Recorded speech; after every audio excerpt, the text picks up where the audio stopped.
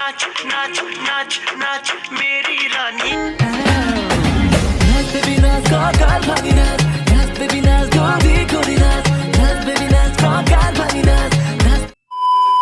যিসকলে গোটেই ঘটনাটো নাজানে তেওঁলোকক কৈ দিয়ে যে আজি কেইদিনমান আগতে ভিভু কাশ্যপে তেওঁৰ নতুন গানটোৰ এই সৰু ক্লিপটো জাৰি কৰিছিল, যিটো সকলোৱে গুৰু ৰান্ধাবাৰ নতুন চং নাচ মেৰি ৰাণী গানটোৰ কপি বুলি কৈছিল।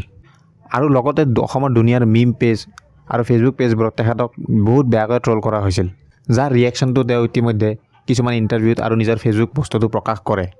আৰু দুদিন আগত এই গোটেই সম্পূৰ্ণ গানটোৱে মুক্তি লাভ কৰে তেখেতৰ অফিচিয়েল চেনেলত।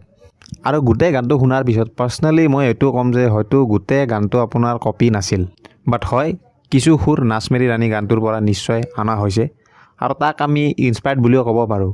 বাট এই যে ট্ৰল কৰা হৈছে তাৰ মেইন ৰিজনটো অকল সুৰ চুৰ কৰাৰ কাৰণে বা তেনেকুৱা এটা সুৰ চুৰ কৰা বুলি মিছা অপবাদ দিয়া বুলিয়ে নহয়। একচুৱেলি ট্ৰল কৰা হৈছে তেখেতক এই গানটোৰ প্ৰেজেণ্টেশ্যনৰ বাবে, য'ত এই সৰু ক্লিপটোত ছোৱালীজনীয়ে পিছফালে যেনেকৈ নাচি আছিল সেইটোক লৈ বহুতে নিজৰ ক্ষোভটো ছ'চিয়েল মিডিয়াত উজাৰিছিল। আৰু হয় এয়ে প্ৰথম নহয়, আগে পিছে ভিভু কাশ্যপক এনেকৈ বহুতো বাহিৰৰ বেলেগ বেলেগ ষ্টেটৰ গানৰ সুৰ আনি কিনে নিজৰ গানত দিয়া দেখা পোৱা গৈছে। তাৰ এটা সৰু কম্পাইলেশ্যন মই আপোনালোকৰ ওচৰত দাঙি ধৰিছোঁ।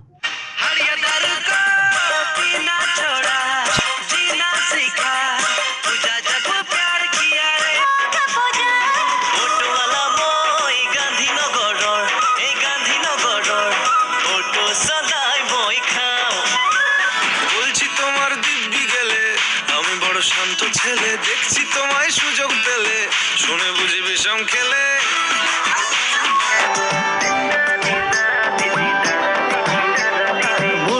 মোর গার্লফ্রেন্ড যদি হয় গলা তুমি আনি দিলো হেতেন জানা ফ্ৰক চোলা আৰু শাৰী। এইখিনি ক্লিপ দিয়া মানে মই এইটো বুজাব খোজা নাই যে ভিভু কাশ্যপে বেলেগ বেলেগ গায়কৰ গান চুৰি কৰে।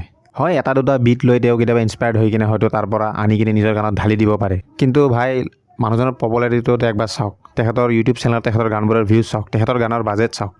সেই চাই আমি এইটো ক'ব নোৱাৰোঁ যে তেখেতে একেবাৰে টেলেণ্ট নাই। কিন্তু যোৱা কেইদিনমান ধৰি পাব্লিকে তেখেতক ইমান বেয়াকৈ ট্ৰল কৰিছে যে তেখেতৰ যে এই নতুনকৈ গানটো আহিছে ন, তাত যদি আপুনি কমেণ্ট ছেকশ্যন গৈ কিনে চাই সেয়া অফ হৈ আছে। তাৰ পৰাই আমি বুজিব পাৰোঁ যে ট্ৰলছত তেখেতৰ ওপৰত কেনেকুৱা এটা বেয়া ইম্পেক্ট পৰিছে। আশা কৰোঁ যে ভিভু কাশ্যপে ভৱিষ্যতে আৰু এনেকুৱা ধৰণৰ গান বনোৱাৰ আগতে এবাৰ ভাবি চাব যে তাৰ ইম্পেক্টটো সাধাৰণ ৰাইজৰ ওপৰত কেনেদৰে পৰিব পাৰে। আৰু আৰ্টিষ্ট মানুহ হয়, এক্সপেৰিমেণ্ট কৰোঁতে কেতিয়াবা নহয় কেতিয়াবা সৰু সুৰা ভুল হৈ যাব পাৰে। আৰু চাওক বলিউডেও আনকি হলিউডৰ পৰা সুৰ আনি কিনে গান বনোৱা আমি বহুত ধৰণৰ দেখিছোঁ, গতিকে এয়া কোনো নতুন কথা নহয়।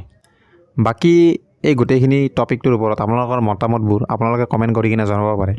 আৰু যদি চেনেলটো নতুনকৈ আহিছে ছাবস্ক্ৰাইব কৰি দিব, কাৰণ চাওক ইমান কষ্ট কৰি কিনে ভিডিঅ'বোৰ বনাওঁ, তো যদি লাহে লাহে আমি এটা কমিউনিটি গ্ৰ' কৰিব পাৰোঁ মোৰ নিজৰে এটা ভাল লাগিব বা আমি সাহস পাম যে যি কৰি আছোঁ তাক আপোনালোকে বুজি আছে বা দেখি আছে, মই যি বনাই আছোঁ তাক চোৱাৰো এটা অডিয়েঞ্চ আছে।